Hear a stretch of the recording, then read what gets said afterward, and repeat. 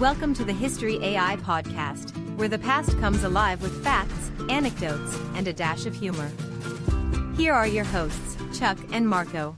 Welcome to another riveting episode of the History AI podcast, where we take you back in time, unraveling the dramatic and momentous events that shaped our world today. I'm your host, Chuck, and with me is my steadfast companion through the annals of history, Marco. Hey there, folks. It's great to be here, Chuck. Today, we have quite an adventure lined up as we delve into the battles that sparked a revolution, a world-changing revolution at that. We're talking about the battles of Lexington and Concord, the harbingers of the American Revolutionary War. Absolutely, Marco. The tumultuous waves in the Atlantic were but a reflection of the unrest brewing in the 13 colonies. But before we embark on this journey, let's set the scene. The year was 1775. The tensions between the colonists and the British Crown were escalating, particularly in Massachusetts, where the flame of rebellion flickered amidst the cold winds of tyranny. Quite poetic, Chuck.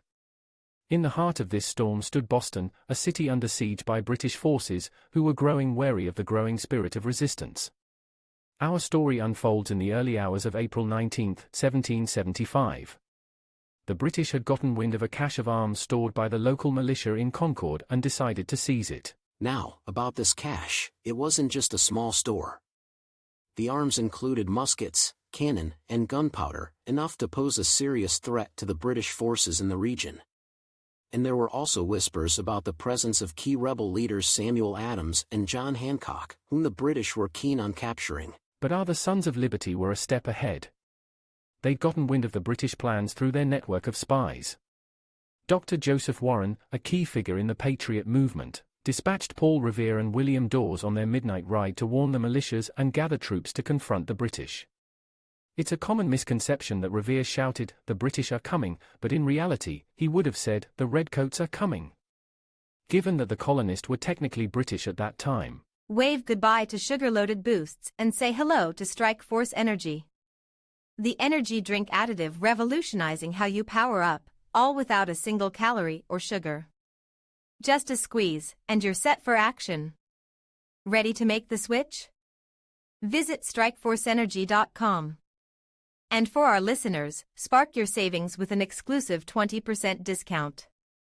Just use code UTSALAX24 at checkout. Remember, UTSALAX24.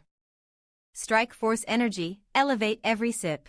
And so, under the veil of darkness, Revere and Dawes galloped through the countryside, their cries of "The Redcoats are coming" echoing through the silent night, stirring men from their slumber to stand against the looming threat. The British, led by Lieutenant Colonel Francis Smith and Major John Pitcairn, marched towards Lexington with about 700 soldiers. They were met with resistance by 77 Minutemen led by Captain John Parker at the break of dawn. Despite being outnumbered, the Lexington militia stood their ground. Now, it's reported that John Parker told his men, "Stand your ground. Don't fire unless fired upon. But if they mean to have a war, let it begin here." A line that echoed the gravity of the unfolding events. And there it happened, a shot rang out, the shot heard round the world. To this day, it remains unclear who fired the first shot. The skirmish lasted but a brief moment, leaving 8 Minutemen dead and 10 wounded, with only a single British injury. The British then marched on to Concord. But here's where the Patriots had regrouped, their numbers swelled, and they were ready to meet the Redcoats.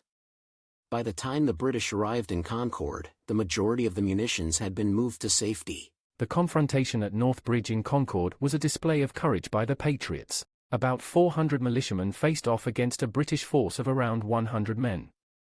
The British were forced to retreat, marking a significant morale boost for the nascent revolutionary forces.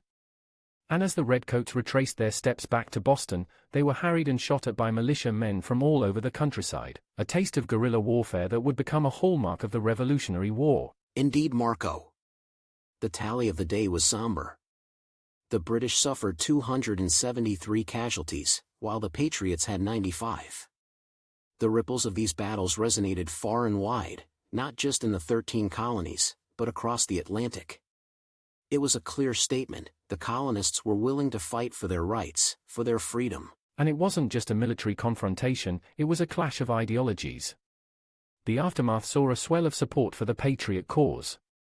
People who were once unsure picked sides, realizing the extent of British tyranny and the potential of a free America. The battles of Lexington and Concord were not just a prologue to a war, but a testament to the indomitable spirit of liberty that drove the colonists to challenge a global superpower and eventually, craft their own destiny. Oh, what a day it was, Chuck!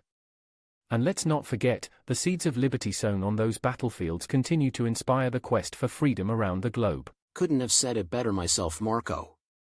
It's in these echoes from the past that we often find the melodies of our future. We want to extend a hearty thank you to our listeners for joining us on this journey back in time.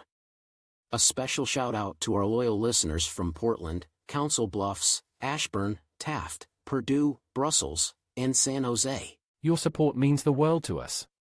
Don't forget to rate, subscribe, and share the History AI podcast. Until next time, take care, and keep exploring the pages of history.